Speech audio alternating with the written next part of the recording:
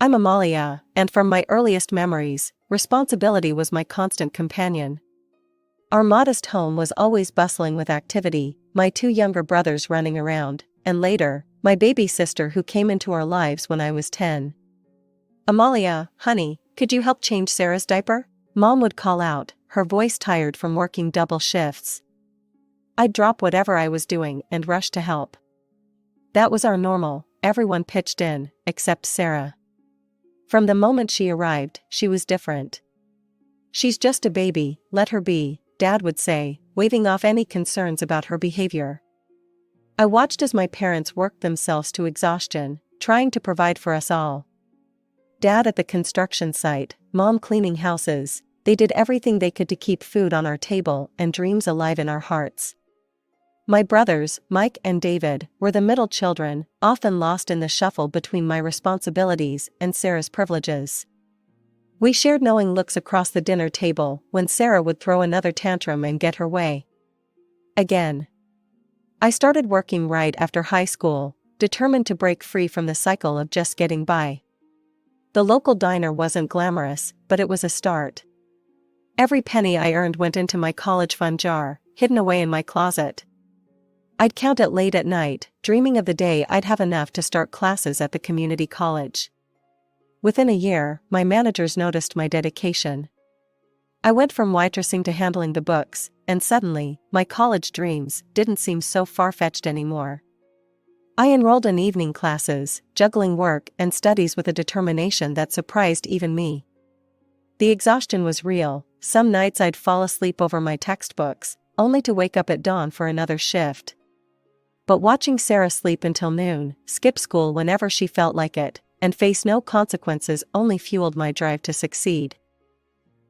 "You're going to burn yourself out," Dad warned one evening, finding me studying in the kitchen at midnight. I looked up from my accounting homework and smiled.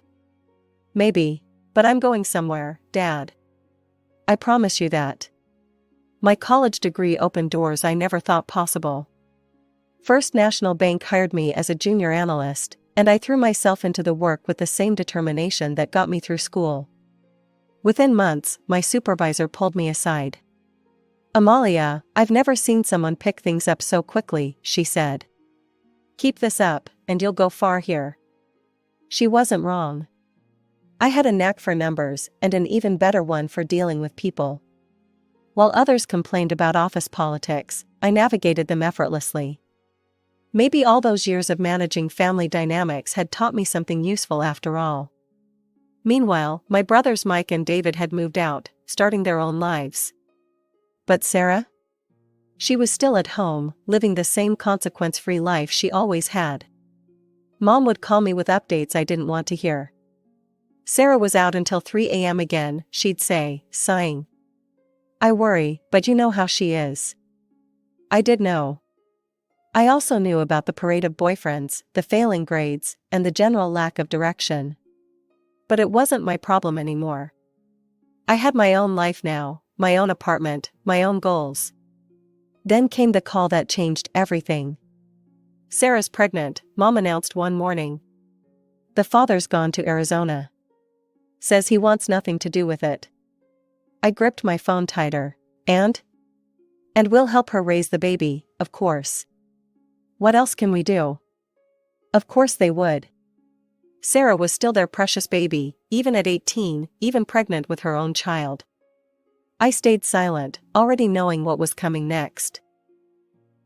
"You'll help too, won't you, Amalia? Come over on weekends? You're so good with children." That's when I started developing an impressive array of excuses. Urgent work projects. Professional development courses. Client meetings. Anything to avoid spending my precious free time taking care of yet another child. "I don't understand you anymore," Mom said during one particularly tense phone call. "You used to be so helpful." "I used to be a child forced to be helpful," I corrected her. "I'm an adult now, with my own life." "But family works both ways, Mom. Or have you forgotten the money I send every month?" That usually shut them up, at least temporarily. The checks I wrote were substantial, enough to cover Sarah's prenatal care, then baby supplies, then ongoing expenses. But it was never enough to buy their approval. My Aunt Lisa told me over coffee one day, "They're calling you heartless behind your back, you know. Saying you've changed, become cold." I stirred my coffee slowly, watching the cream create patterns in the dark liquid. Let them talk. They've never understood me anyway. They say you're ungrateful, she pressed on. I looked her straight in the eye. Ungrateful for what? The privilege of raising their other children? The opportunity to now raise their grandchild? I've earned everything I have, Aunt Lisa. Everything. The promotion to senior analyst came through that week. My salary increased again, and so did the checks I sent home. But I kept my boundaries firm. No weekends babysitting. No emergency childcare. No last-minute favors. Let them call me callous. I'd spent enough of my life being the responsible one. Between client meetings and financial reports, romance wasn't exactly a priority. My dating app sat mostly unused on my phone until that rainy Tuesday night when James's message popped up. Something about his profile seemed different, maybe it was the genuine smile, or the lack of shirtless gym selfies. I notice you work in finance, his message read. I'm actually an investment advisor. Maybe we could bore each other with market talk over coffee? That coffee turned into dinner, which turned into weekends, which turned into 2 years of the kind of relationship I'd never thought I'd have time for. James was patient, understanding about my work schedule, and somehow managed to make me laugh even after my most stressful days. You know, he said one evening as we walked through the park, I never thought I'd find someone who understands both compound interest and my terrible jokes. Then came the proposal, nothing flashy, just us in my apartment after a home-cooked meal. I can't imagine my life without you, he said, holding out the ring. Marry me? I said yes, before he could even finish asking. Introducing him to my family was surprisingly smooth. Even Sarah behaved herself, which was a minor miracle. My parents were overjoyed, finally, their workaholic daughter was settling down. He's wonderful, Amalia, Mom gushed after our first family dinner together. And did you see how great he is with Tommy? She meant Sarah's son, my nephew, who had indeed taken an instant liking to James. The wedding was beautiful, and married life started out perfectly. James fit into the family like he'd always been there. He'd play with Tommy for hours when we visited, teaching him to throw a ball or build with blocks. Sarah watched these interactions with an odd intensity one didn't quite register at the time. He's going to be such an amazing father, she'd say, smiling at me meaningfully. You're so lucky, Amalia. That's when the questions started. First from my family, then from James himself. Don't you think it's time? He'd ask, watching Tommy run around our living room. We're not getting any younger. I'd explain my position again and again. I want us to be completely ready. We need our own house first, not this apartment. We need savings, security. But we're doing well, he'd counter. Both have good jobs, what are we waiting for? For the right time, I'd insist. One child, when we're ready. That's the plan we agreed on. He'd sigh and drop it, but I could feel his disappointment. During family gatherings, I'd catch him looking wistfully at Tommy. Your sister manages just fine, he'd say sometimes, not quite keeping the edge out of his voice. My sister lives with our parents and relies on their retirement savings, I'd reply. That's not what I want for our child. The tension grew slowly, almost imperceptibly. Like watching storm clouds gather on a sunny day, you know the rain is coming, but you tell yourself it's still far away. I was too focused on my next promotion, our house savings fund, the 5-year plan I'd carefully crafted. 5 years of marriage, and spring cleaning still meant going through James's mess. He never could keep his side of the closet organized. That Saturday morning started like any other, me sorting through old receipts, forgotten gym clothes, and the usual clutter that accumulated on his shelves. That's when I found it. A phone I'd never seen before, tucked behind his winter sweaters. My stomach tightened as I picked it up. Not his work phone. Not his personal phone. It wasn't even locked. My hands shook as I opened the messages. The first one I saw was from Sarah. My baby sister. Miss you already. Can't wait until Saturday when she's at work again. Hundreds of messages. Pictures I wish I could unsee. Conversations about me. LOL, she's so clueless, always at the office. All she cares about is her precious career. The timestamps went back months. My legs gave out, and I sat there on the closet floor, reading message after message, each one worse than the last. Then I saw it, the message that made my world stop spinning.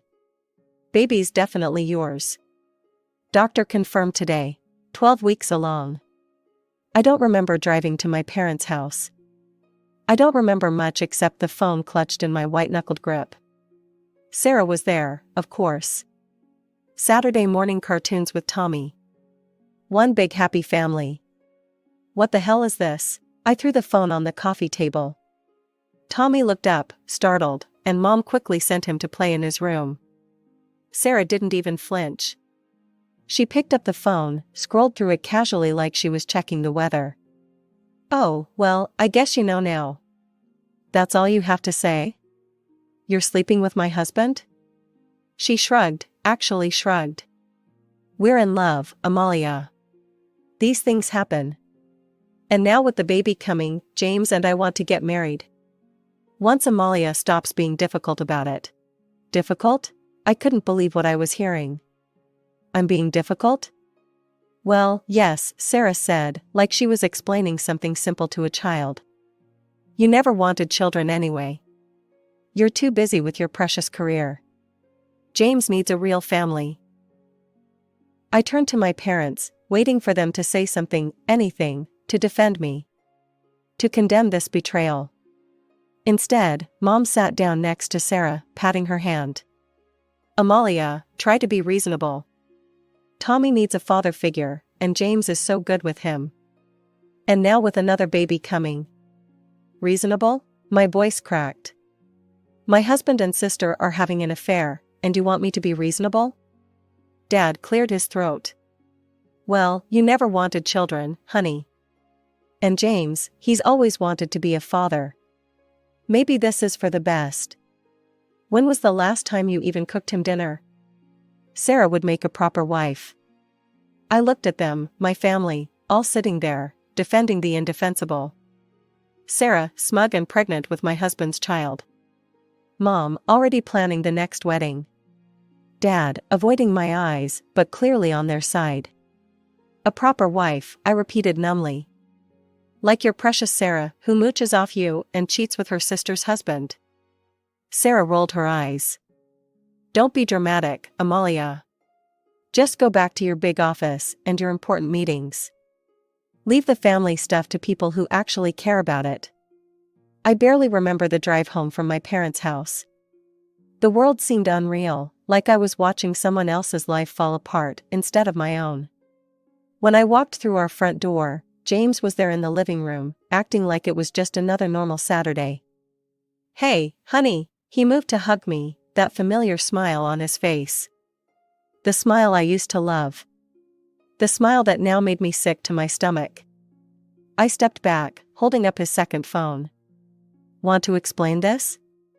The change in his face was instant, first confusion, then recognition, then fear. Where did you?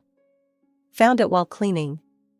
You really should find better hiding spots for your affair phones. Amalia, I can explain. Explain what? The messages? The photos? Or maybe explain how you got my sister pregnant? He tried denial first, like they all do. It's not, I didn't, but he must have seen something in my face, because suddenly his whole demeanor changed. The mask dropped completely. Fine. Yes, Sarah and I are together, he snapped. What did you expect? You're never home. All you care about is work, work, work. When was the last time we even had a real conversation about starting a family? Oh, so this is my fault? You cheated because I wanted financial security before having children? You never wanted children. Not really. You always had some excuse, the house, the savings, the right time. Sarah actually wants a family. She understands what's important in life. I looked at this man, this stranger wearing my husband's face, and felt nothing but disgust. What's important in life is loyalty, honor, basic human decency. But I guess those things aren't important to you or my precious sister. Don't act all high and mighty, he snarled. You're just angry because Sarah's giving me what you wouldn't. The divorce papers were filed the next day. I had documentation of the affair, so it went through quickly. My brothers, Mike and David, came to help me move out of the apartment. They were the only ones who stood by me. We always knew Sarah was spoiled, Mike said as we packed boxes, but this is a new low. David couldn't even say her name. They're dead to me, he declared. Both of them. Through my brothers, I heard the updates I never wanted but couldn't help knowing. James and Sarah got married in a small ceremony. My parents were there, of course, beaming proudly. The baby was born, a girl. They moved into a small house in the suburbs. Tommy started calling James Dad. Mom keeps trying to get us to visit them, Mike told me during one of our monthly dinners. Says we need to be a family again. We are a family, David said, raising his glass. The three of us, that's enough. I nodded, grateful for my brother's loyalty in a world where loyalty seemed to mean nothing anymore. We were the only ones who understood that some betrayals can't be forgiven, some bridges can't be rebuilt, and some families are better off broken. 4 years can change everything. My new apartment overlooked the city skyline, floor-to-ceiling windows, marble countertops, and enough space to finally display the art collection I'd always wanted. The Mercedes in my reserved parking spot gleamed under the garage lights. I'd made it, exactly as I'd planned. My brothers visited often, bringing news and rumors. Sarah and James struggling to make ends meet. 3 moves in 2 years, each apartment smaller than the last. But I didn't care. Their life wasn't my concern anymore. Until that Tuesday evening when my phone lit up with a number I'd hoped never to see again. Amalia? James's voice. 4 years older, but still familiar enough to make my stomach clench. Please don't hang up. I should have. Instead, I listened. We need your help, he said, as if he had any right to ask me for anything. Sarah's had an accident. Broke her leg badly, compound fracture. She's had surgery, but she can't move around, can't take care of the kids. And, she's pregnant again.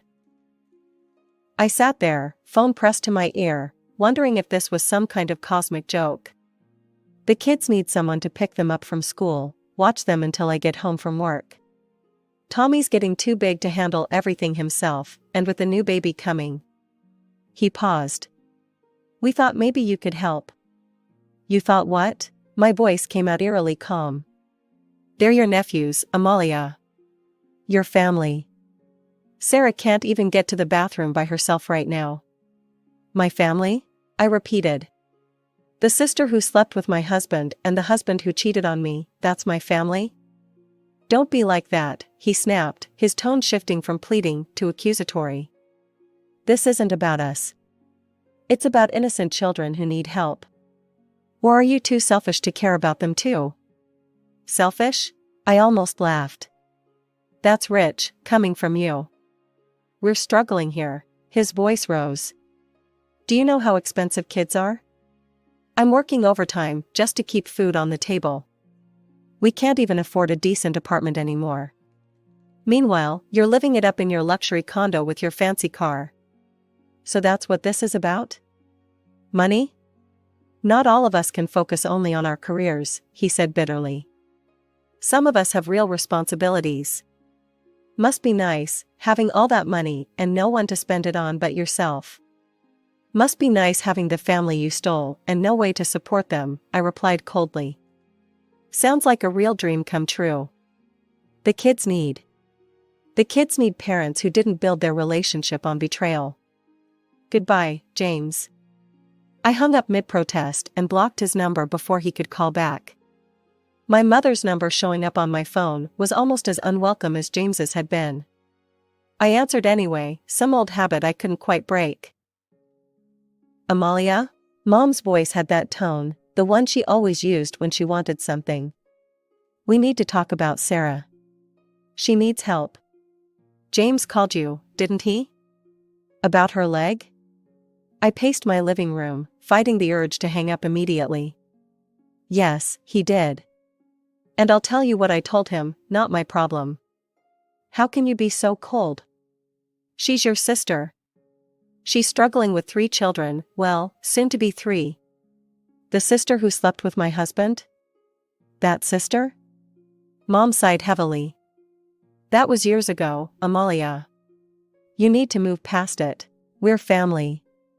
Funny how family only matters when you need something from me. We've helped her as much as we can, Mom's voice cracked a little. But she keeps asking for money, for the kids, for the rent, for everything. We've gone through all our savings. Your father and we can't keep this up. I couldn't help but laugh. So the golden child is finally becoming too expensive to maintain? Don't be cruel. She's never learned to. Mom trailed off. To what? Work? Support herself? Take responsibility for her actions? Gee, I wonder why that is. She just keeps having babies, Mom said, frustration finally breaking through. She won't look for a job, says she's too busy with the children. But she's always asking for money, always needing something. Sounds like exactly the person you raised her to be, I said coldly. The princess who never had to face consequences.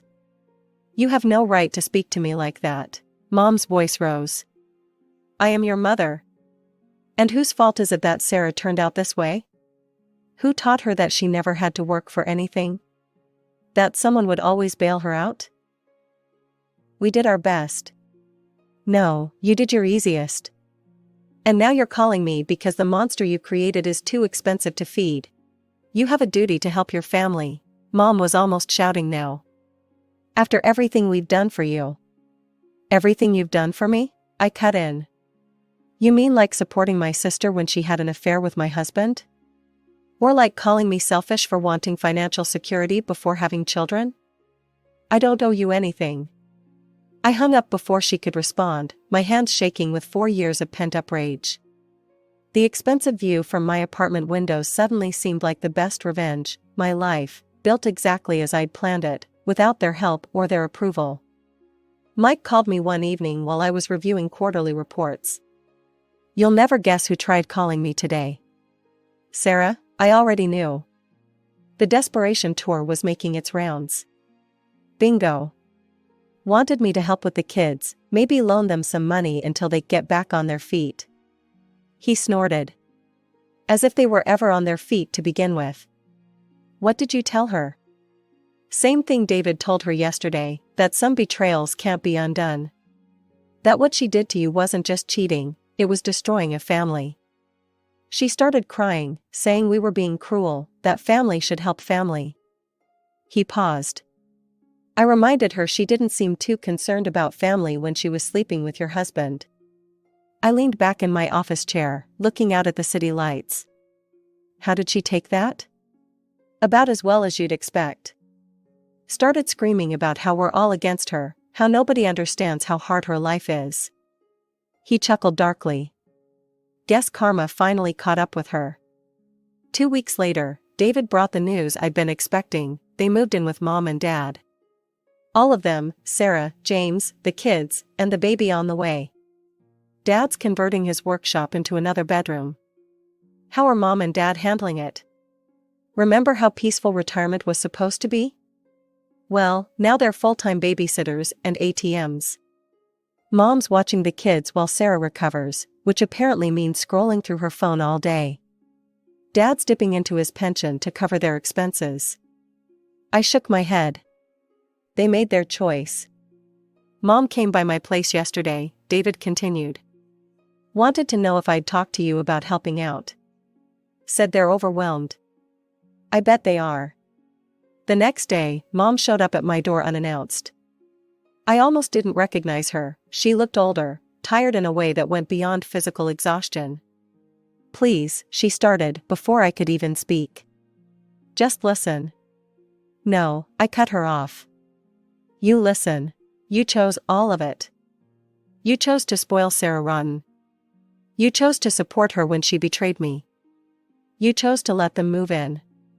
These are your choices, Mom. Live with them. And if you show up at my door again, I'm calling the police. Are we clear?" She started to speak, but I cut her off again. "The next time you feel overwhelmed, remember this was your choice. You chose the daughter who betrayed her sister over the one who only ever worked hard and did the right thing. Now live with it." I closed the door on her protests and blocked her number, the last family number I had left to block, besides my brother's. That night, I had dinner with Marcus, the man I'd been seeing for the past few months. He knew my story, knew about the betrayal and the aftermath.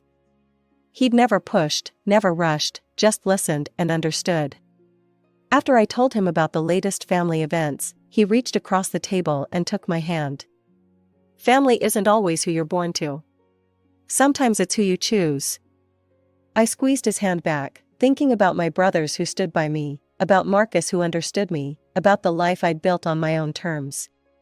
In the end, Sarah hadn't stolen my family, she'd just helped me see which parts of it were worth keeping. "My brothers are coming over this weekend," I told him. "Would you like to join us?"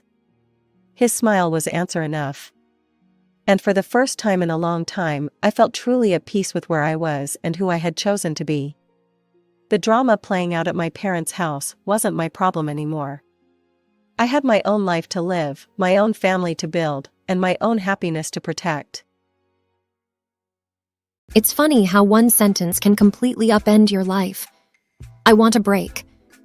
Those 4 words from my husband, Mark, started me on a roller coaster journey that I could never have anticipated. As I dove into a web of deception, betrayal, and cunning schemes, I realized that some games are far deadlier than they appear. Teaming up with my best friend, Jenna, we embarked on a mission that would not only test our wits, but the very fabric of our bonds. If you think you know about trust, revenge, and the dark corners of human nature, think again. My name is Amber, and this is the most unexpected chapter of my life.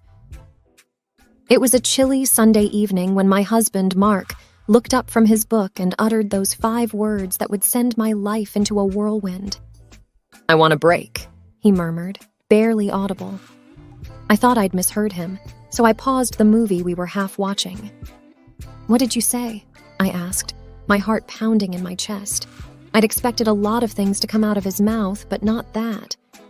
He repeated it, clearer this time, avoiding my gaze.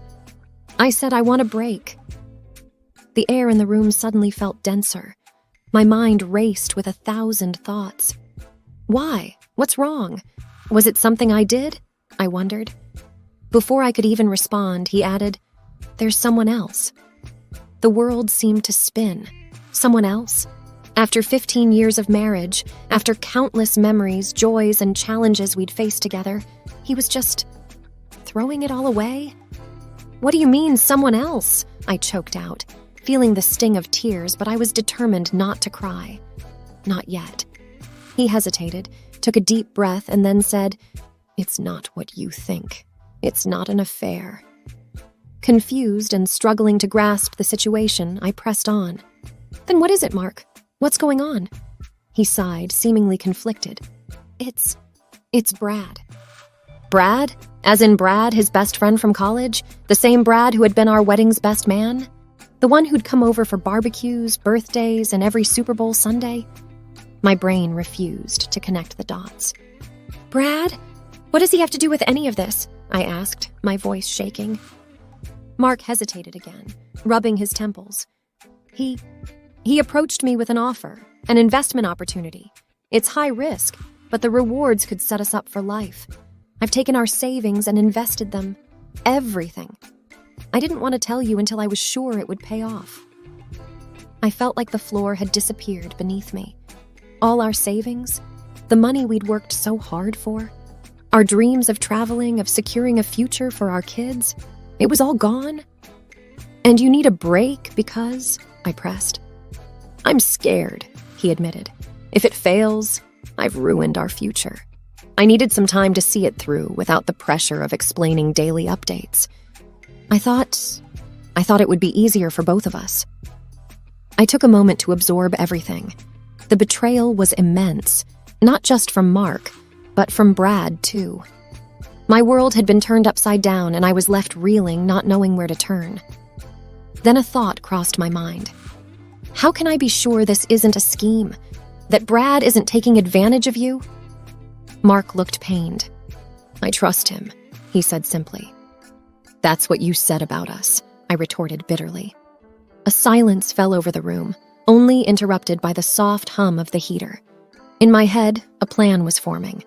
I wouldn't stand by and watch as our life savings disappeared into the abyss. If Brad had genuinely offered an investment, I would ensure that we got our money back, even if it meant playing a bit dirty. I thought about it long and hard.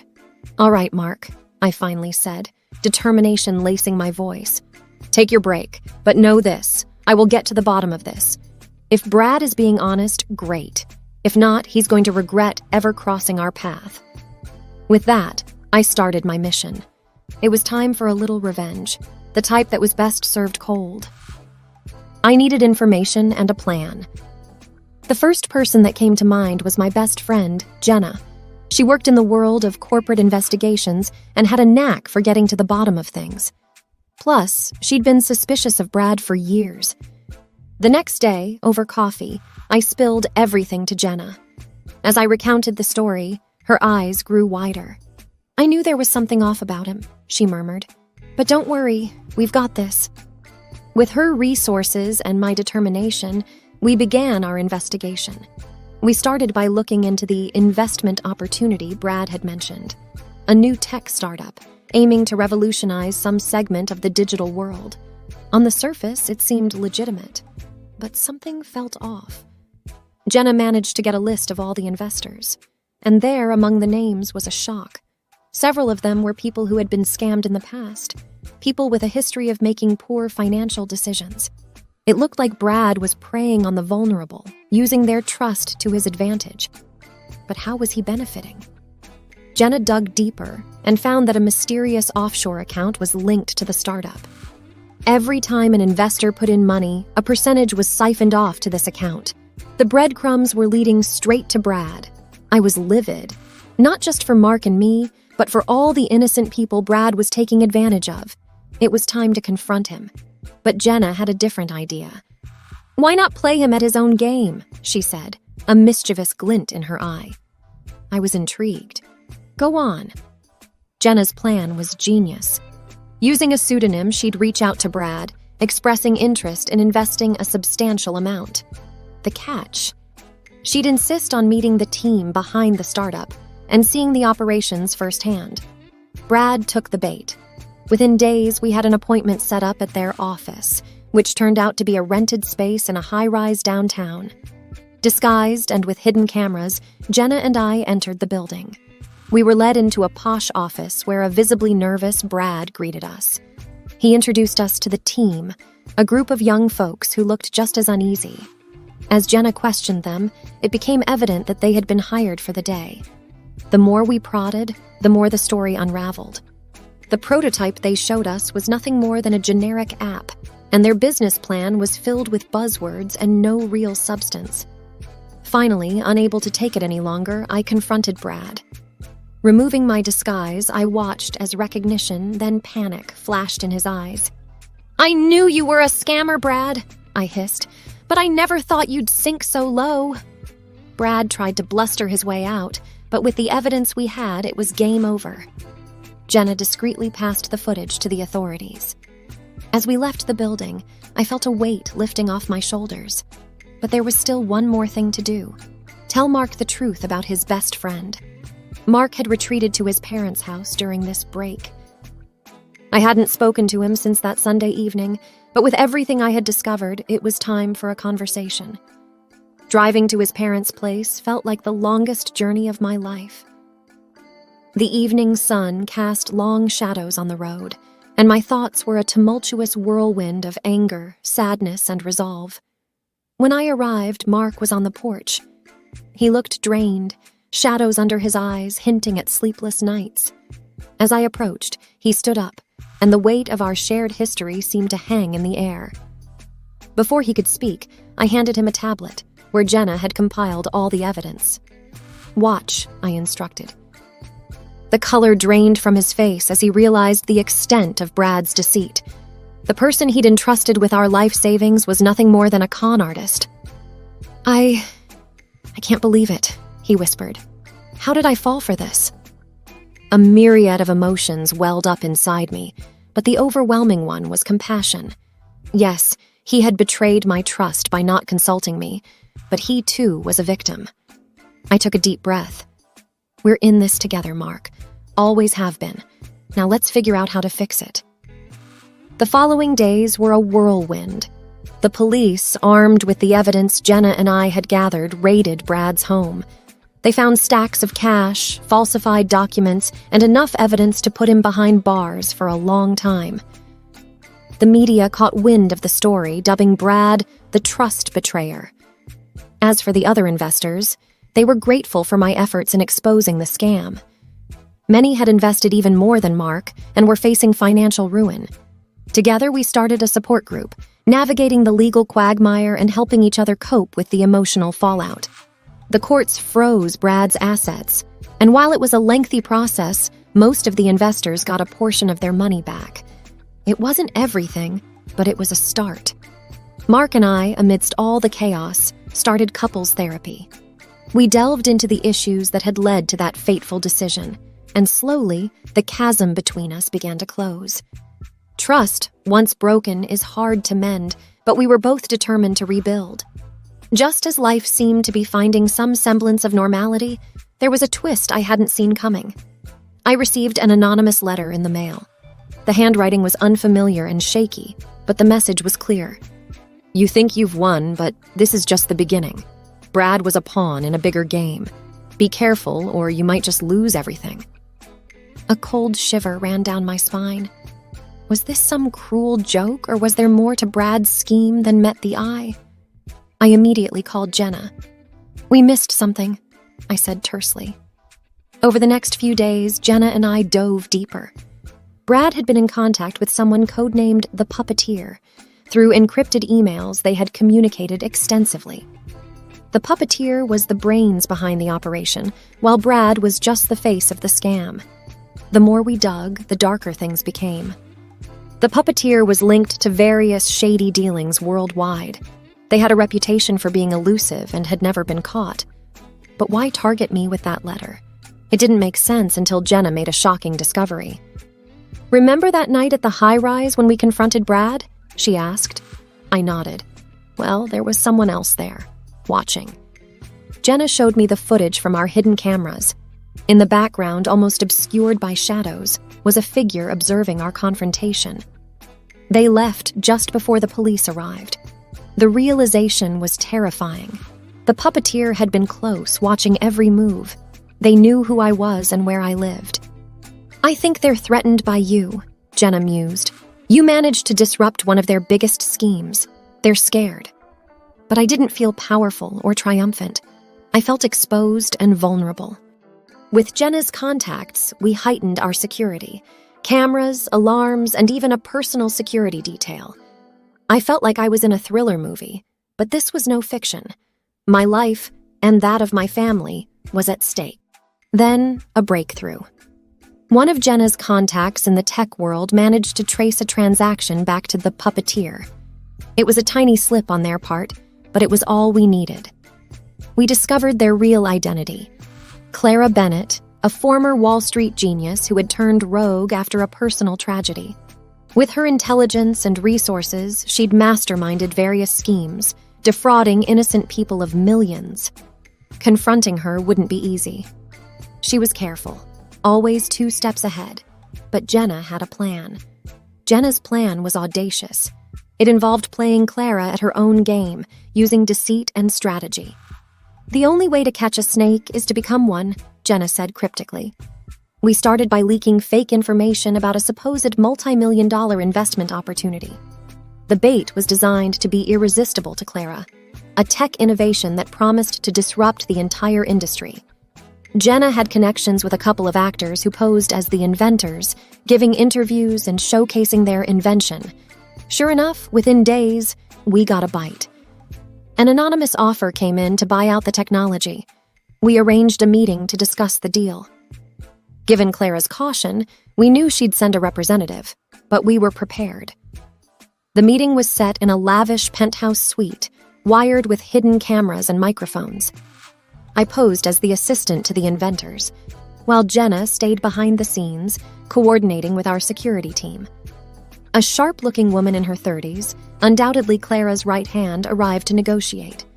She was skeptical and shrewd, asking detailed questions about the tech. Our actor friends played their part to perfection, convincing her of the opportunity.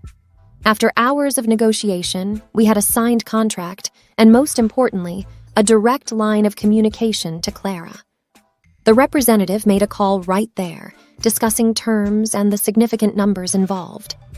Using voice recognition software, we confirmed our suspicion. Clara Bennett was on the other line. Over the next few days, we staged a series of accidents, causing delays and increasing the pressure on Clara. We wanted her to get involved personally. And then, the moment we had been waiting for. Clara requested a face-to-face meeting.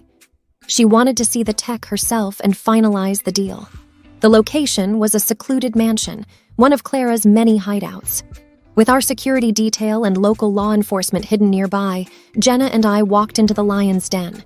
The atmosphere was thick with tension as Clara, a tall, imposing woman with piercing eyes, greeted us. "I have to say, I'm impressed," she began, her voice dripping with condescension. "But did you really think you could fool me?" For a moment, my heart sank. Had she seen through our ruse? But then Jenna stepped forward, pulling out the signed contract. "Actually, Clara, we did." The room erupted into chaos. Clara's guards tried to intervene, but they were no match for our team. Within minutes, Clara was in cuffs, the weight of her many crimes finally catching up to her. The aftermath was intense. The media went wild over the story of Clara Bennett's capture. Mark and I appeared on numerous talk shows telling our tale.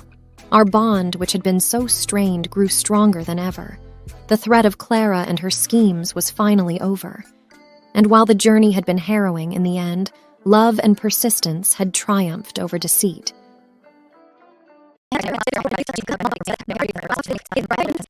Dad's measured praise. I slipped out the side door before they could see me. Mrs. Collins was waiting on her porch with tea and understanding eyes. "Rough day, dear." "You could say that." I clutched my bag tighter, feeling the weight of my childhood dreams and their betrayal inside it.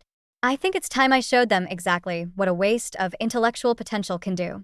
The sun was setting behind the university buildings, casting long shadows across our perfectly manicured lawn.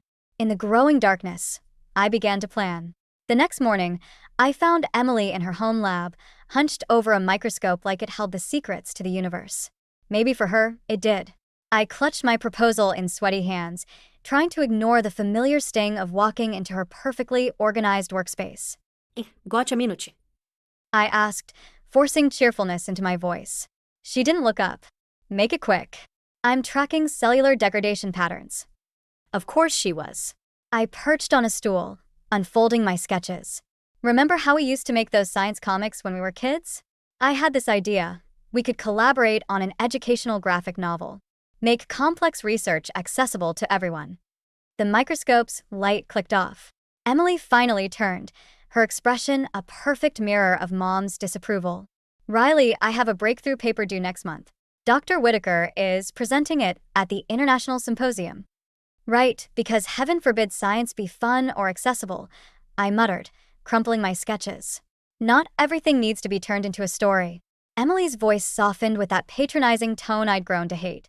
"Maybe you should focus on something more substantial." The word hung between us like poison. I stood, my chair scraping against the floor. "You know what? Forget it. Enjoy your cellular whatever." "Riley, wait." Emily called after me, but I was already gone. I stormed into the kitchen, nearly colliding with Dad. He was absorbed in his tablet, probably reviewing another groundbreaking physics paper. "Dad, the city's holding a storytelling competition next week," I blurted out. "The theme is science and society. I thought maybe you and Mom." "Hmm? Oh, that's nice, dear." He didn't look up. "Did you hear about Emily's prototype? Charles thinks it could revolutionize neural imaging." My throat tightened. Yeah, hard to miss when it's all anyone talks about. The doorbell rang before Dad could respond. Through the window, I spotted Mrs. Collins on our porch, holding what looked like old photographs. "Riley, dear," she beamed as I opened the door. "Look what I found while cleaning my attic. Your grandmother used to write for the university paper back in the day." Dad's head snapped up. "Margaret's mother never wrote for." "Oh, not your wife's mother," Mrs. Collins interrupted cheerfully. "Your mother, Harold. Quite the storyteller she was. Won awards for her science fiction pieces." The silence in the kitchen turned thick enough to cut. Dad's face went pale, then red. "Those were just hobby pieces. Nothing serious." "Really?" I snatched the yellowed newspaper clippings from Mrs. Collins' hands. "Local writer's science fiction series challenges traditional academic boundaries. Sounds pretty serious to me." Dad practically lunged for his car keys. "I have a department meeting." After he fled, Mrs. Collins patted my arm. "Your grandmother would have loved your stories, dear. She never did fit their mold either." That evening, I sat in my room, staring at my competition entry form. The prize included publication in a major literary magazine. A chance to prove I wasn't just the family disappointment. My phone buzzed with a text from Emily. "About earlier. I'm sorry if I seem dismissive, but you know how important this research is." I didn't respond. Instead, I pulled out the email I'd found in Dad's study. There was more to it than I'd initially read. Riley's creative tendencies could pose a risk to the department's reputation. Best to redirect her before she draws unwanted attention. My hands shook as I signed the competition form. Let them ignore me. Let them dismiss me. I'd show them exactly what unwanted attention looked like. Through my window, I could see Emily's lab light still burning, her silhouette bent over that microscope. In Dad's study, Mom's voice carried faintly, probably another late-night call about Emily's brilliant future. I opened my laptop and began to write, my grandmother's rebellious spirit flowing through my fingers. They wanted to bury our creative legacy? Fine. I'd dig it up and wave it like a flag. The story poured out of me, a tale of family secrets and scientific arrogance. By morning, they'd see exactly what a Thompson's creativity could do. I wasn't meant to be in the university library that afternoon. But there I was, hiding behind a shelf of scientific journals, listening to Dr. Whitaker destroy what was left of my family's faith in me. The Thompson legacy is at a crucial juncture. His voice oozed through the stacks. Emily's work could secure the department's future for decades. But Riley, she's becoming a liability. Charles, she's still our daughter. Mom's voice wavered, surprising me. I'd never heard uncertainty in her tone before. Margaret, be reasonable. Your position on the board is precarious enough. Having one daughter rejecting everything we stand for, it raises questions about your influence. I peered through the gap between books. Mom sat rigid in her chair, while Dad stared out the window. Dr. Whitaker paced between them like a prosecutor delivering his closing argument. "We've arranged everything," he continued. "Emily's fellowship, her future position, the funding, it's all connected. We can't risk Riley's creative pursuits undermining our credibility." Dad finally spoke. "What exactly are you suggesting?" "Nothing dramatic. Just guidance. I have connections at several research institutions. Programs that could redirect her energy toward more appropriate pursuits." My phone buzzed in my pocket. A text from Mrs. Collins. "Found more of your grandmother's writings. You need to see these." I started to back away, but knocked a book off the shelf. It hit the floor with a damning thud. "Hello." Mom called out. "Is someone there?" I ran. Past students buried in textbooks, past Emily's favorite study spot, past years of trying to fit into their perfect academic world. I didn't stop until I reached Mrs. Collins' front porch. She opened the door before I could knock. "Perfect timing, dear. Look what else I found." She handed me a leather-bound journal. Inside, my grandmother's handwriting filled pages with stories, sketches, and something else designs. Beautiful, intricate drawings of sustainable housing concepts, decades ahead of their time. She never published these, Mrs. Collins said softly. Your grandfather thought they'd damage his reputation in the physics department. Sound familiar? My hands trembled as I turned the pages. They're trying to send me away. To redirect me. Are they now? Mrs. Collins' eyes sparked with something fierce. Well, perhaps it's time for some redirection of our own. She disappeared into her house, returning with a laptop. Remember my grandson, Ethan? The environmental journalist? He's been looking for innovative sustainable design concepts for a feature piece. My grandmother's journals seem to burn in my hands. They want to bury me in some research program, make me disappear like they did to her. Or, Mrs. Collins smiled, you could make yourself impossible to ignore. My phone buzzed again, Emily. Where are you? Mom and Dad are acting weird. Did something happen? I ignored it, opening my grandmother's journal to a particularly stunning design. Mrs. Collins, does Ethan still want that interview? He's in town next week, actually, covering the university's sustainability initiative. She paused, watching me carefully. The same initiative Dr. Whitaker's been fighting against, if I recall correctly. Through her window, I could see my parents and Dr. Whitaker emerging from the library, heads bent in conversation. They looked like conspirators plotting a crime. In a way, they were. I think, I said slowly, it's time to show everyone what a Thompson woman can really do. Mrs. Collins squeezed my hand. Your grandmother would be proud. I opened my laptop. My grandmother's designs spread out before me. They wanted to redirect me? Fine. I'd redirect myself right into the spotlight they were so desperate to avoid. One more thing, Mrs. Collins added, her voice unusually serious. There's something about your grandmother's departure from the university that you should know. But before she could continue, Emily appeared at the fence between our houses. Riley, Mom and Dad want to talk to you. Something about your future. I met Mrs. Collins' eyes. We both knew what that conversation would entail. But for the first time, I wasn't afraid of their plans for me. I had plans of my own. The eco-design firm's office felt like stepping into another world.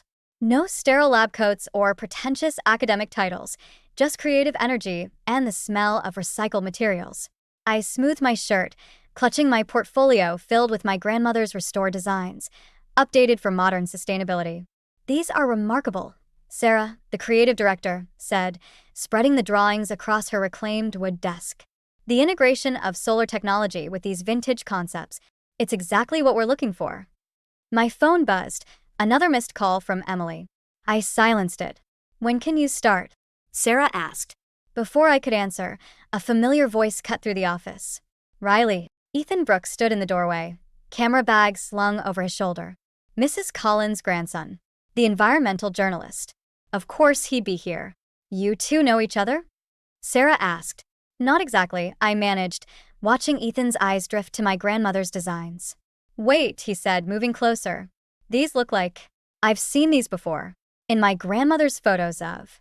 Your next article? I cut in, silently pleading with him to understand.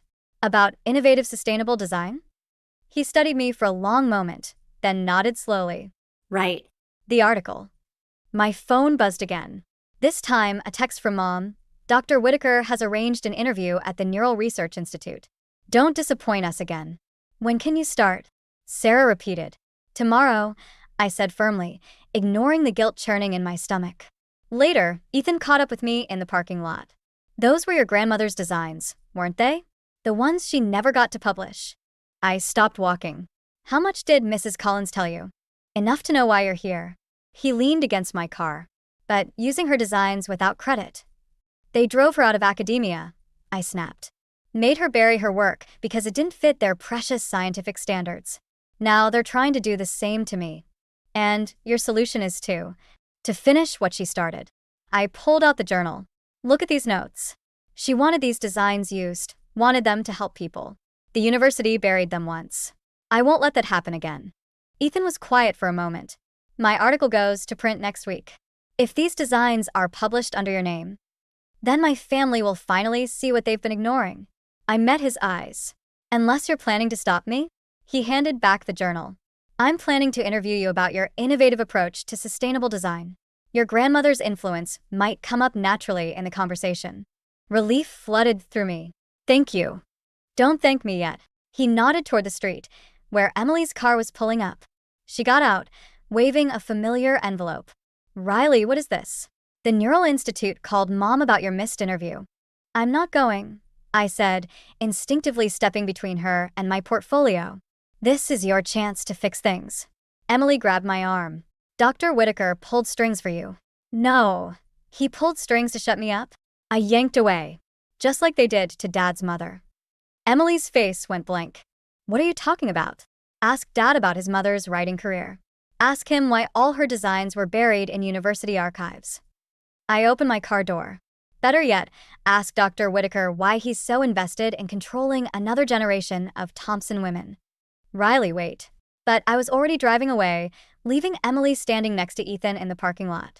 In my rearview mirror, I saw him hand her his business card. My phone lit up with a text from Sarah. Contract ready for tomorrow. Welcome to the team. I pulled over, hands shaking on the steering wheel. No turning back now. By this time next week, my family would either have to acknowledge my path or watch as I blazed it without them. Either way, I was done living in their shadow. The weekly Thompson family dinner felt like walking into an ambush. Mom had arranged the table with her best china, always a warning sign. Emily sat practically vibrating with excitement, while Dad kept checking his phone, a slight smile playing at his lips. I pushed my untouched food around the plate, waiting for whatever bomb they were about to drop.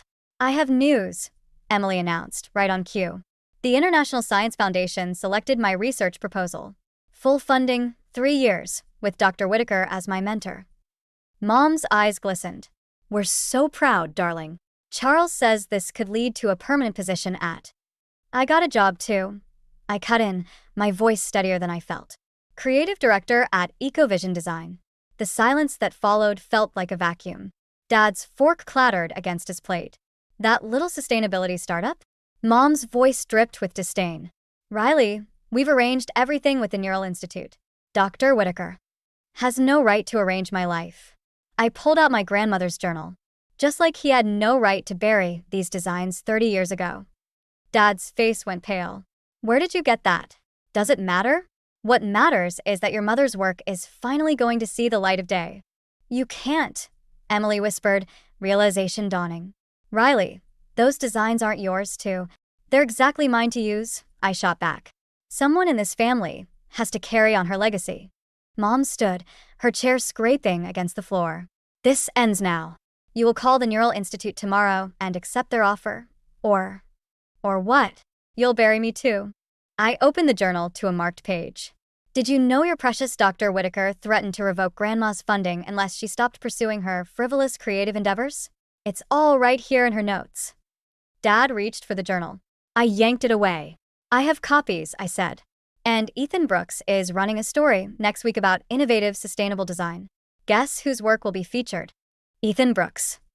Mom's voice sharpened. Charles mentioned him, that environmental journalist causing trouble for the university's development plans. The same plans that would destroy the wetlands Grandma tried to protect with these designs. I stood, my chair toppling backward. Funny how history repeats itself. Riley, Emily pleaded, think about what you're doing to the family. The family? I laughed, a harsh sound that surprised even me.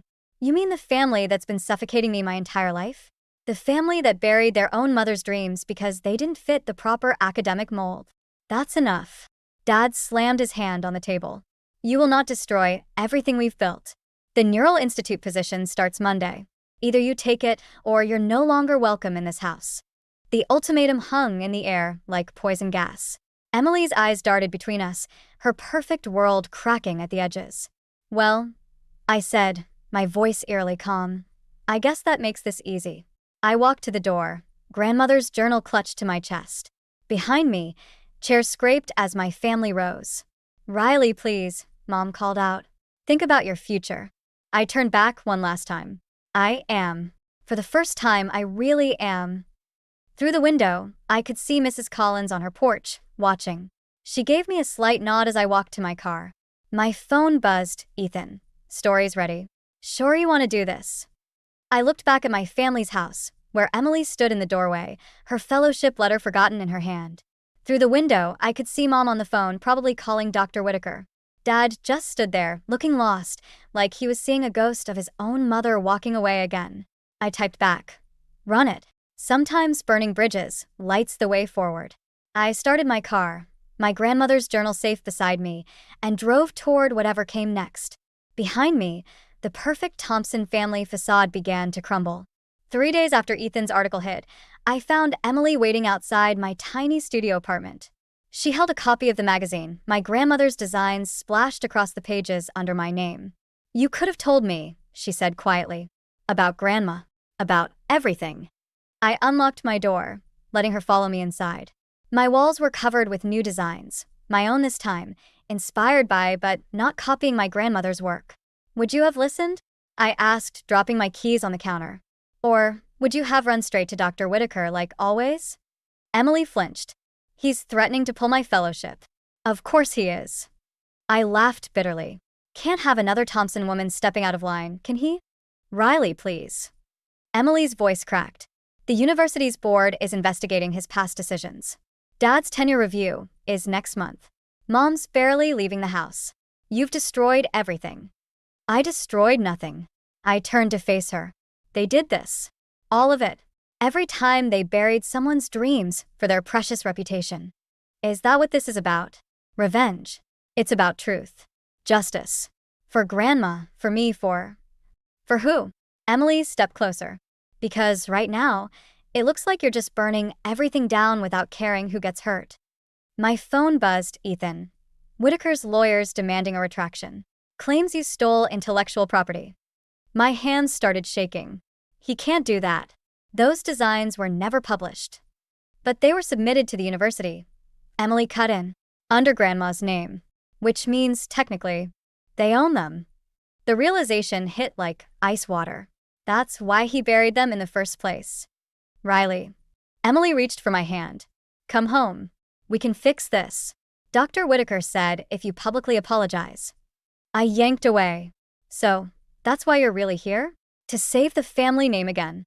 To save you." Emily's composure finally cracked. "You think you're the only one who felt trapped? Who wanted something different? But I learned to work within the system, to change things gradually." "You learned to comply." I spat. "To be their perfect daughter while I got pushed aside. And look where your rebellion got you." She gestured around my small apartment. "No family, no career prospects, and now potential legal trouble. Was it worth it?" My phone buzzed again. "Sarah from EcoVision. Need to talk about your position given recent developments." The walls seemed to close in. Everything I'd built, everything I'd fought for, crumbling because I'd underestimated the system I was fighting against. "Get out," I whispered. "Riley, get out." I grabbed the magazine, ripping it in half. "Go back to your perfect life and your precious mentor. Tell them they win." Emily paused at the door. "You know what's ironic? Your designs, your real ones, not Grandma's, they're brilliant. You could have succeeded on your own merit. Instead, you let revenge poison everything." She left, closing the door softly behind her. Through my window, I could see her wiping tears as she walked her car. My phone buzzed one last time. "Mrs. Collins, come over, dear. There's something about your grandmother you need to know. Something I should have told you sooner." I slumped against the wall, surrounded by my torn dreams and shattered plans. The worst part wasn't losing everything, it was realizing Emily might be right. In trying to right past wrongs, I'd become exactly what I hated. Someone who destroyed others to get ahead. Outside, storm clouds gathered over the university buildings. Somewhere in those halls, Dr. Whitaker was probably celebrating his victory. My parents were likely planning damage control. And Emily was caught in the middle, just like I'd always been. Mrs. Collins texted again. "It's about the real reason your grandmother left. And why Whitaker's so afraid of her designs being public." I stared at the message, too numb to respond. I'd wanted justice, but all I'd gotten was chaos. Now I had to decide, keep fighting a losing battle, or admit defeat and try to salvage what was left of my life. The torn magazine pages scattered across my floor like broken promises. Mrs. Collins' revelation about my grandmother still echoed in my head as I walked into EcoVision's launch event. The truth about Dr. Whitaker's past wasn't just ammunition, it was dynamite. "Ready." Ethan squeezed my hand. "Camera ready." The showroom gleamed with my designs, actual ones this time, inspired by, but distinct from my grandmother's work. He's here. Emily's text flashed on my phone. My sister had chosen her side, finally. Not the one anyone expected. Dr. Whitaker's voice cut through the crowd. Quite the achievement, taking credit for another's work. He stood by my centerpiece design, a sustainable housing model that could revolutionize low-income housing. Though I suppose intellectual theft runs in the family. The room quieted. Cameras turned our way. Funny you should mention theft, Charles. I stepped forward, grandmother's journal in hand. Let's talk about the real reason you buried her designs 30 years ago. His smile flickered. Those designs belonged to the university. Because you falsified the submission dates. Emily emerged from the crowd, holding a stack of documents. After she discovered your research fraud. Whitaker's face reddened. Dr. Thompson, control your daughters. They don't need controlling. Dad's voice surprised everyone. He stood near the entrance, looking smaller somehow more human. They need to be heard. Finally, I opened the journal to its last entry. Grandma found evidence that you falsified environmental impact data for the university's expansion projects. The same projects her sustainable designs would have made unnecessary. Ridiculous, Whitaker sputtered. Margaret, Harold, are you going to allow this spectacle? Mom stepped forward, but her usual authority was gone. Did you really think we wouldn't find out? That Riley's investigation wouldn't uncover everything. Investigation. His eyes darted between us. Why do you think I published those designs? I moved closer. We needed you to react exactly as you did, with legal threats that would force the university board to review all related documents. Emily held up her phone. Including your buried reports from 1992. The ones Grandma was about to expose before you forced her out. The crowd murmured. Cameras flashed. Whitaker's facade cracked. You have no proof. Actually, Ethan stepped forward. We have your own words. Every threatening letter you sent her, every falsified report. Riley's article wasn't just about the designs, it was bait. And you bit, I finished. Just like you did with Grandma. Only this time, there's nowhere to bury the truth. Whitaker lunged for the journal. I stepped back, but he grabbed my arm. You ungrateful little. Dad moved faster than I'd ever seen him.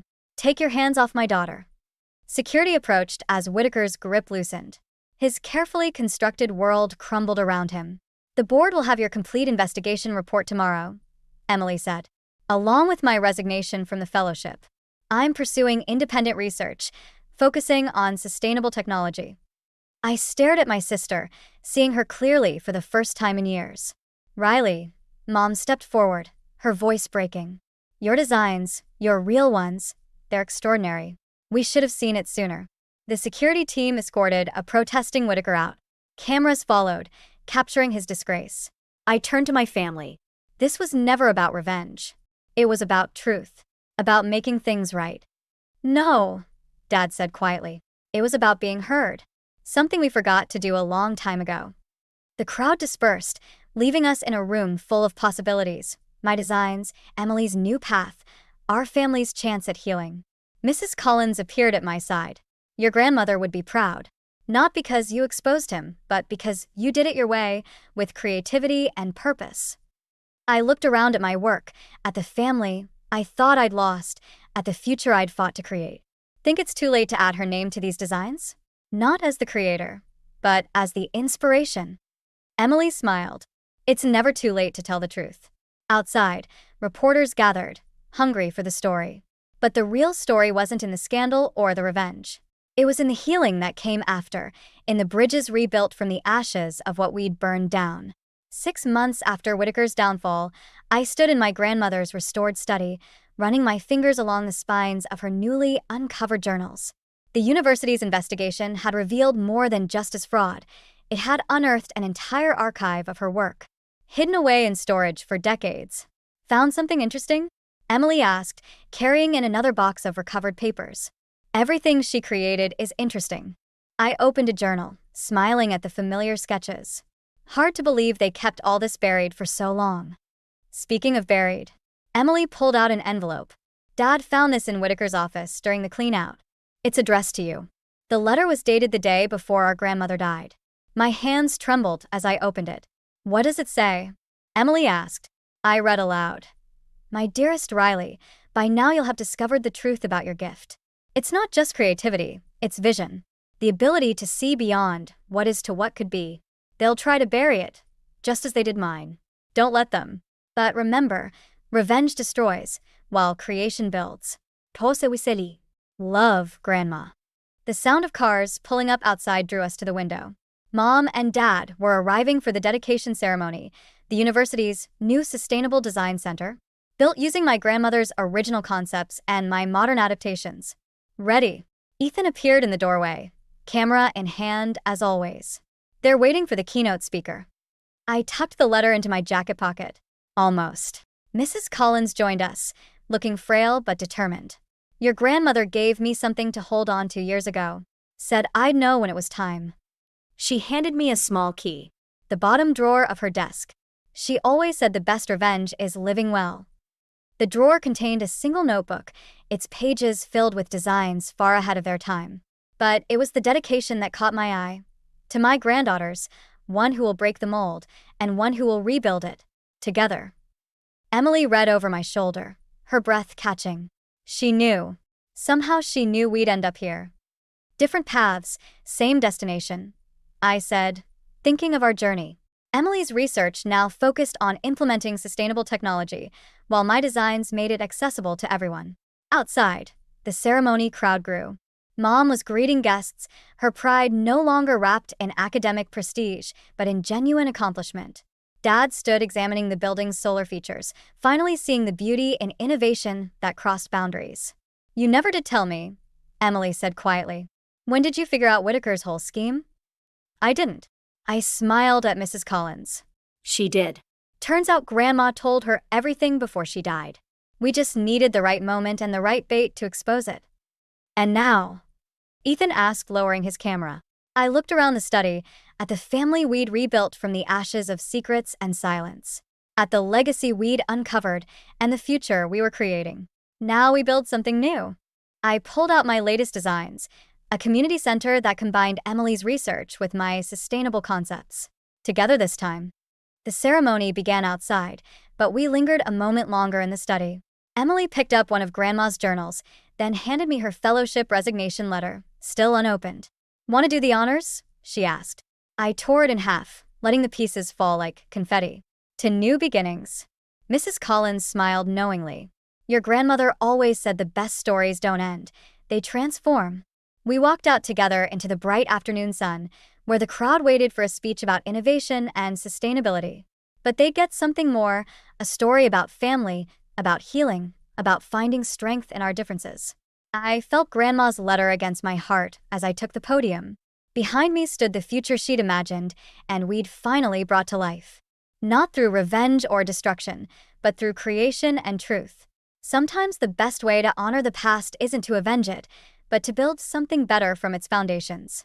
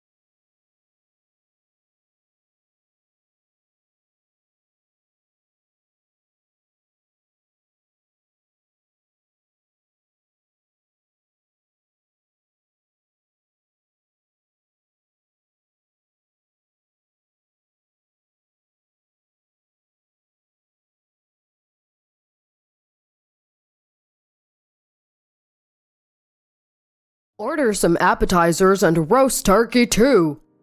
When I go to my eldest son Liam's house for Christmas, I'm treated like a maid. Originally, Liam, my husband's child, with his previous wife and I didn't get along well. Still, I tried hard to be recognized as a mother, but my efforts never reached Liam. That idiot. Happy to be treated like a mom. Let's make her do all the housework. Ha! Awesome! We can relax. I was shocked to hear Liam and his wife Ava laughing like that. What was all my effort for? I felt hopeless. But their attitude turned my sadness into anger. Why do I have to do housework for these people? Let's stop it already. I decided to stop and get my revenge. I'm Isabella, 81 years old, living alone. I married at 37. Before that, I was all about work and had no love life until my father introduced me to someone. My father was a wealthy man with many real estate properties. He introduced me to a kind man from the real estate company he used. He had been divorced, but I couldn't refuse because he was so kind. Concerned about my age and my parents' worries, I couldn't let the chance go. My husband was very friendly, and I was surprised he was divorced. Knowing he was raising 2 young sons as a single father, I wanted to help. Perhaps I was already attracted to him. We got along well and enjoyed being together. So we started dating. But with his kids, we couldn't go on many dates. Mostly, I'd cook and eat with them at his house. Isabella, this is delicious. I want to eat it again. Thank you. I'm glad you liked it. His second son Noah quickly took a liking to me. He was a charming boy, always smiling and talking. But Liam, frankly, didn't show me a good face. He barely responded when I talked to him. I didn't let Liam's coldness deter me and kept trying to talk to him. But our relationship didn't change. Then, at 38, I married his father. I tried to bond with the sons like a real mother. I'll go to your sports day with Dad and cheer for you. I had no children of my own, but did my best as a parent. Liam remained cold, but I hoped we'd become a real family someday. However, things with Liam didn't improve, but worsened. It started with his rebellious phase, his failure in a prestigious private high school entrance exam, and his rebelliousness led him to delinquency. He would stay out late and come home in the middle of the night. What are you doing?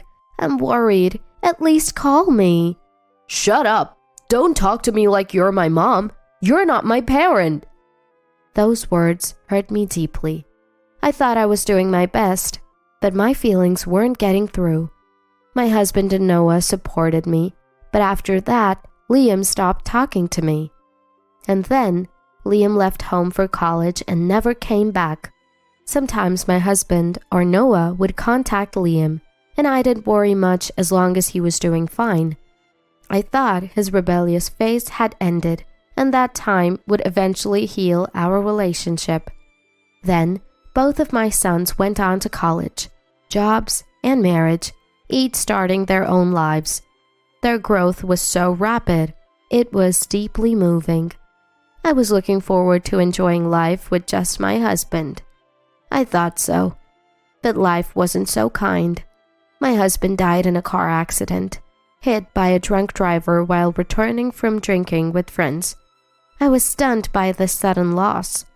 He was still so healthy. I wasn't ready to say goodbye. Why him? My emotions were overwhelming. Even after the funeral, I couldn't stop crying. Noah kindly spoke to me afterward. Mom, if anything happens, rely on us. We're family. Those words were my salvation. Liam seemed concerned too, helping with greetings and funeral arrangements. I was grateful to have met these children. They were the greatest gift from my husband. I was so grateful. Though I was widowed, I wasn't alone, which was a small comfort. But now I was living alone. The house felt too large without my husband. Maybe I should get a dog, I thought, when Liam came to visit. What's the matter? It's rare to see you." I hadn't contacted him in decades. My husband had phoned and met him, but the last time I saw Liam was at his wedding and then my husband's funeral. We hadn't been in touch at all, and it was our first time talking alone. I felt strangely nervous, my back straightening. "I have a favor to ask." "A favor?" "I need to borrow some money." "What? Why?" "I was in a hit-and-run accident and car repairs are expensive. This month's been tight."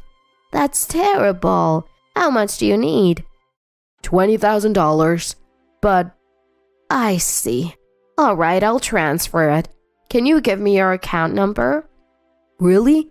Are you sure?" Liam was very surprised. $20,000 isn't a small amount, but helping a son in trouble is a parent's duty, and I was happy that Liam finally relied on me. It's a parent's nature to want to help. "We're family. You can always ask." "Thank you, Mom." It was the first time Liam called me Mom. I was overjoyed, feeling finally recognized as family. I thought my long struggles had paid off, but I was mistaken. In December, Liam called. "Mom, would you like to come over for Christmas?" "Really? Can I?" "Of course. Dad's gone and you're alone, right? You should spend it at our place." I was moved. The once rebellious Liam was now so considerate. I was deeply touched that Liam, who was troublesome since high school, had grown so much. I eagerly accepted the invitation and prepared for my visit. I decided to stay from the 22nd to the 26th. I asked several times if it was too long, but he cheerfully assured me it was fine, so I took Liam at his word. Liam and Ava lived in an apartment. My first visit to Liam's place revealed a 2-room home that felt cluttered. Though spacious, it felt cramped with too many things. "So this is where you live?" "It's the first time you've been here, Mom. It's been a while since you've seen Ava, right?" "Isabella, it's been since the funeral." Ava was wearing exaggerated false eyelashes and heavy makeup. She looked much younger than her late 50s, more so than at the funeral.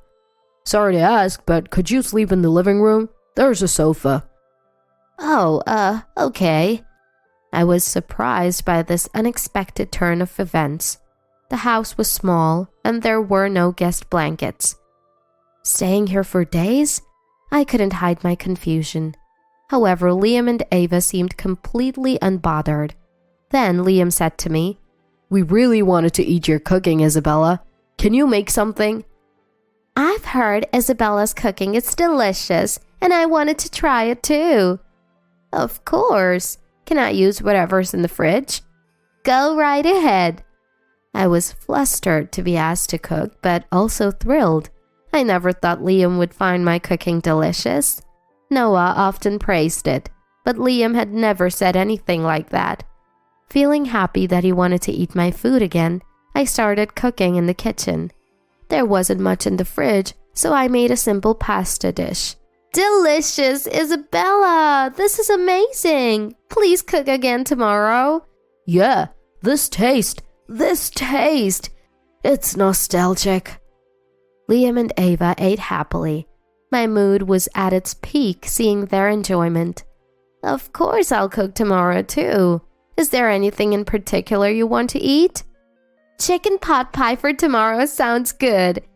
"Chicken pot pie for dinner, right? How about pizza for lunch?" "Yeah, sounds great." No matter their age, to a parent they are always children. I thought to do anything for Liam and Ava, but that night I couldn't sleep due to the cold, feeling apprehensive about the days ahead. Waking up earlier than anyone, I started preparing breakfast, and Liam and Ava soon followed, lured by the smell. "Waking up to a ready breakfast is the best." "Thank you." They started their meal with smiles. "Right, I'll go shopping today. It was cold last night.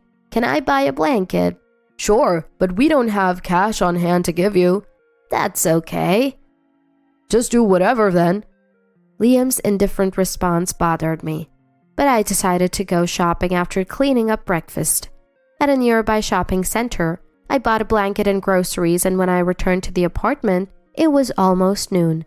Rushing home to prepare lunch, I heard Liam and Ava laughing. Man, I didn't expect it to go this smoothly.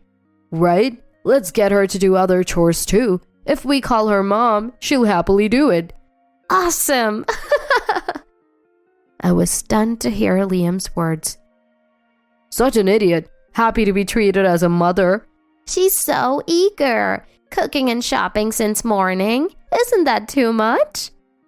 If she's this soft for her son, I should have pretended to be a better son earlier. Right? Why didn't we go to Isabella for money sooner? She's not even working, just living off of Dad's inheritance, but there should be more inheritance left to squeeze out. Fantastic! I was astonished by Liam and Ava's words. Thinking they saw me as a family was a complete misunderstanding. Liam was lying to get my husband's inheritance that I had received. Taking advantage of my generosity, they invited me for Christmas to make me do housework. I was shocked. I thought we had finally become a family. I was the only one excited.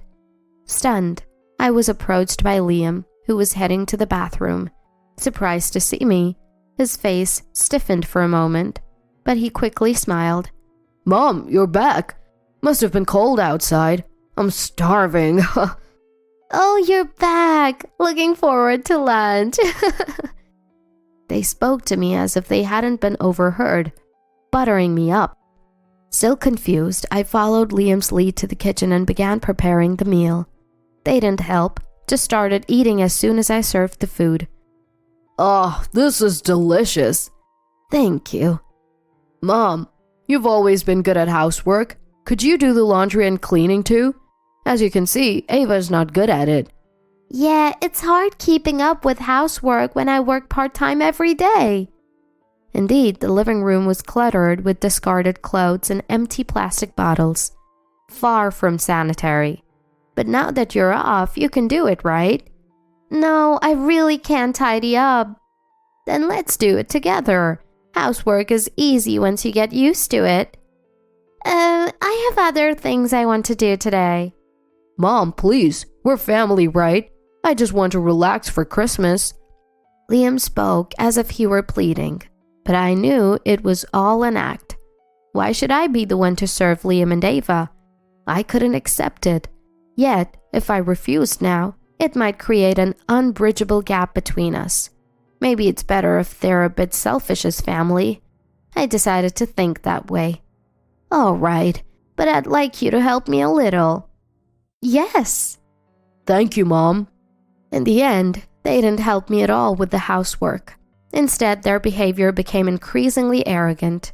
On Christmas Eve, Liam and Ava started drinking from noon, laughing stupidly while watching TV. Mom, is dinner ready yet? You're slow. Hey, did you wash this shirt yesterday? I wanted to wear it today. Mom, bring me a beer. I want some appetizers. They just lounged on the sofa, treating me like a servant. Why am I doing housework for these people? This isn't how families should treat each other. I had reached my limit and spoke to them.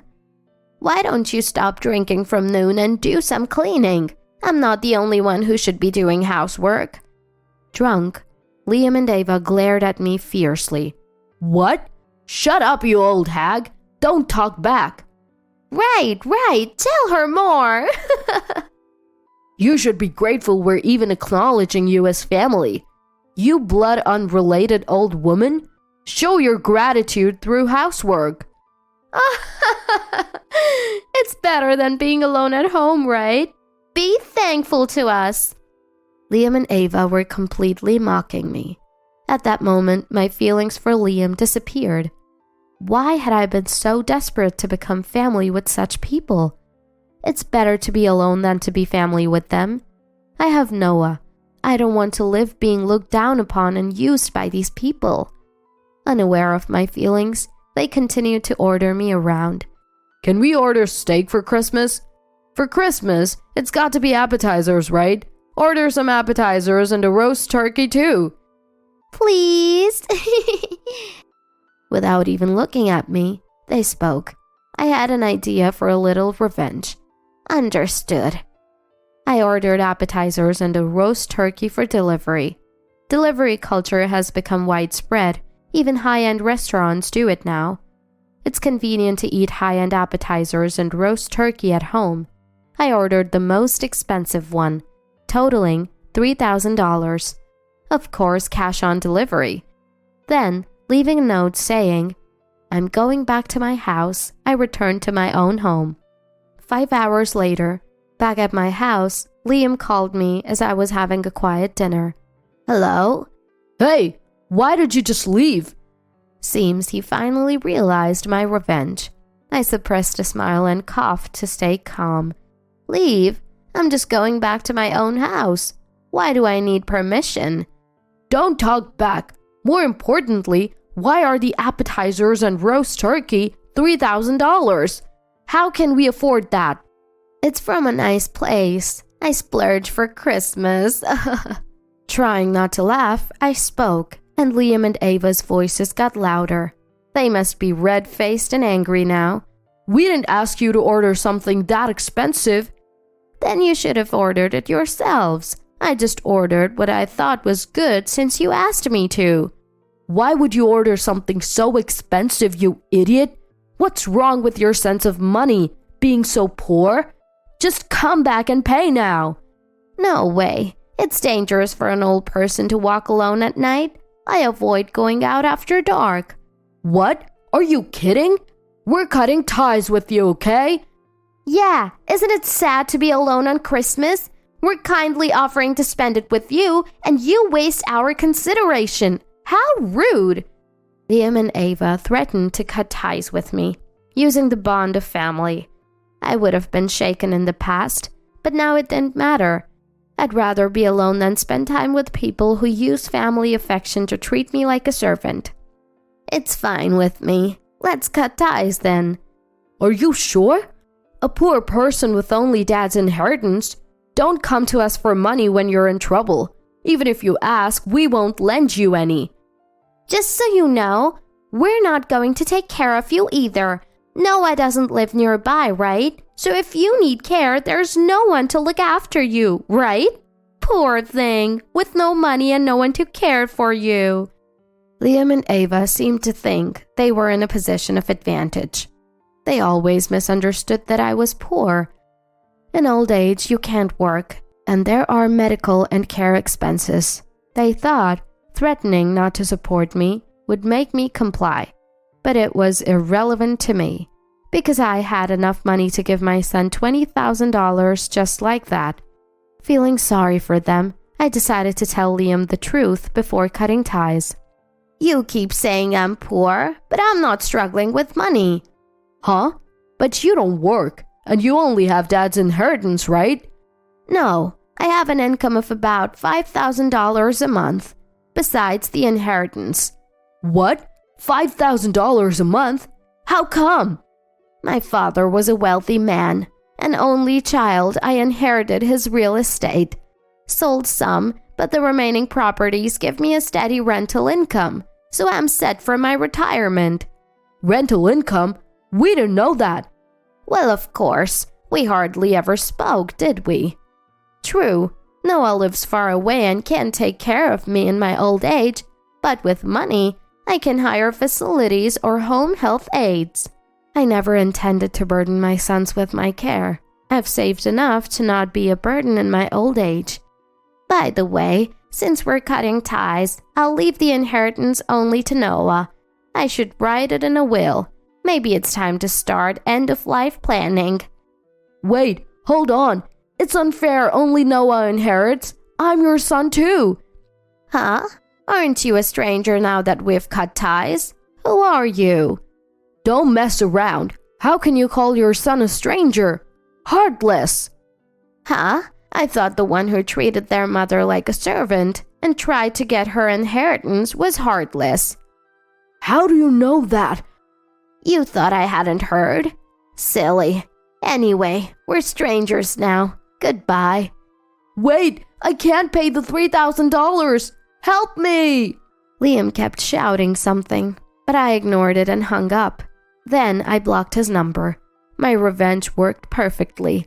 Life isn't so sweet that you can dump chores on others and enjoy all the benefits. They should regret how they treated me a little. After that, I blocked Liam's number and got into a taxi. I knew Liam and Ava would soon come here. I couldn't have a peaceful Christmas if they did. I decided to go to a distant cottage and spend Christmas alone. 5 days later, when I returned home, Liam and Ava were standing there. Oh, finally back! Hey, what are you doing in front of someone's house? Are you some kind of stalker? Pretending to be a stranger as I entered my house, Liam knelt down in desperation. We were wrong. Please, let's be a family again. Right. Liam was really worried these 5 days without contact with Isabella. He came here every day. Ava grabbed my hand, pleading. They seemed desperate. The moment they knew I had money, their attitude changed so drastically. It was disgusting. What exactly does being family mean to you? Family means helping each other out in times of trouble, right? Sure, but I'm not in trouble. What if you get into trouble someday? It's comforting to have us around, Isabella. Then I'll contact you if I'm in trouble.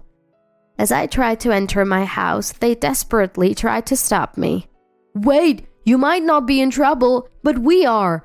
In trouble? What kind of trouble? We're out of money.